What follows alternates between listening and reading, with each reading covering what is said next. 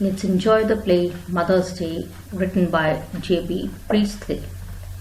Mother's Day is a humorous portrayal of the status of the mother in our family, and you'll witness a life situation.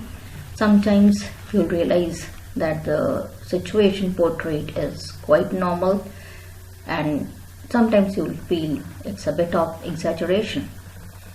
So, let me introduce the characters. It's Mrs. Fitzgerald, who is bold and dominating.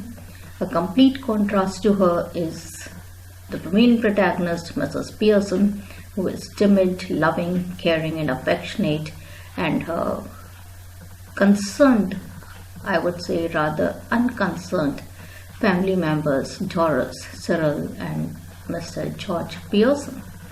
Each of them just believe that they work, and Mrs. Pearson is always at home, and so she must be there to run at the back and call.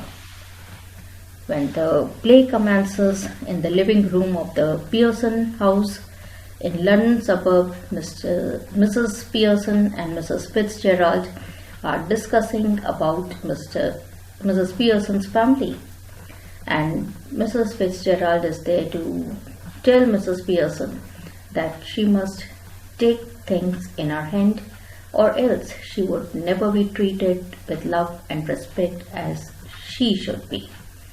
Mrs. Pearson feels that she wants some changes in the family members, especially their attitude. But she does not want any unpleasantness, and therefore allows her family members to do whatever they feel like.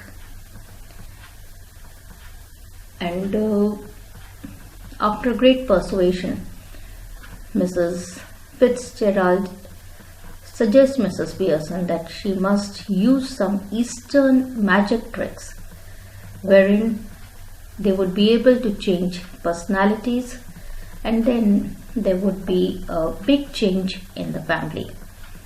After great pleadings, Mrs. Pearson gives in, and then it's time for the family members to return, and therefore the real check of that Eastern magic spell which Mrs. Fitzgerald had uttered, and according to which their personalities had changed.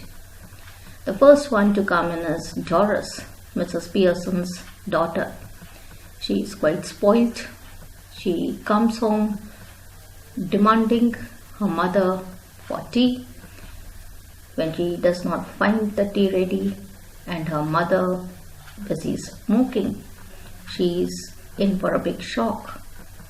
Later, when she inquires if she had ironed her yellow silk, she refuses point blankly and makes fun of her friend Charlie's spells.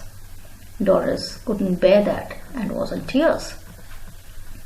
Next to come is Cyril, equally like his sister, and he too comes in with demand for tea and asks if she had done some mending which he had asked her to. She bluntly refuses, and then she tells both Doris and Cyril that she would also be working just like them 5 days a week. On Saturday and Sunday she would do something only if she would be requested and thanked for. She wants to drink, and two of them are amazed and they feel that something has gone wrong. She has gone balmy, and they waited to see what she would do when their father George Pearson would return.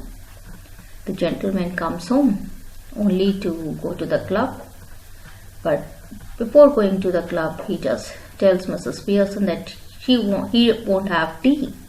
When she adds that she hasn't made any, he shouts, and then Mrs. Pearson is there to take him in another way and chides him with the words that he is called Pompey Pearson at the club, wherein he goes quite often.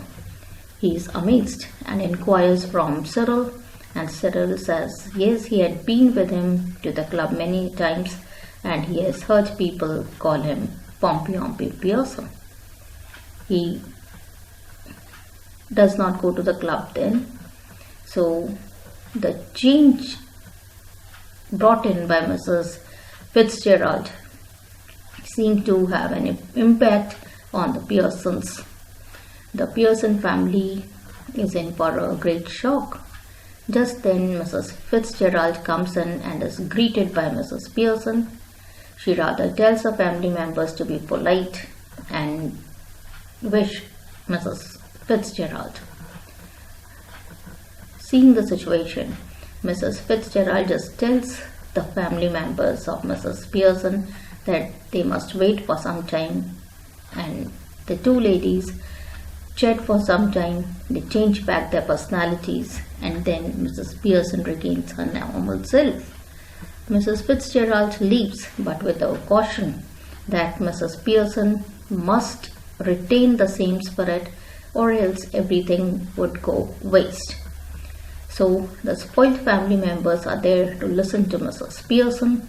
They are there to bow before her, to agree to her weekend plans, and they politely ask what she wants. Like a typical mother, she simply requests them to have some time with her, and she wants to spend some time with her husband while the two children must make supper, and together the family is there and there is a happy family reunion. So the ending is good. The issues that the play raises are concern the status of mother in the family, especially the housewife who is ill-treated by the family members and taken for granted.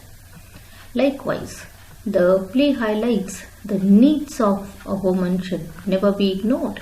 She must be respected by her family members, and the family members must share in the household responsibilities.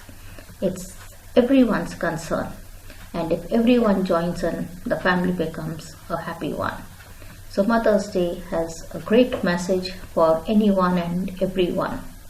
Mother occupies a great place.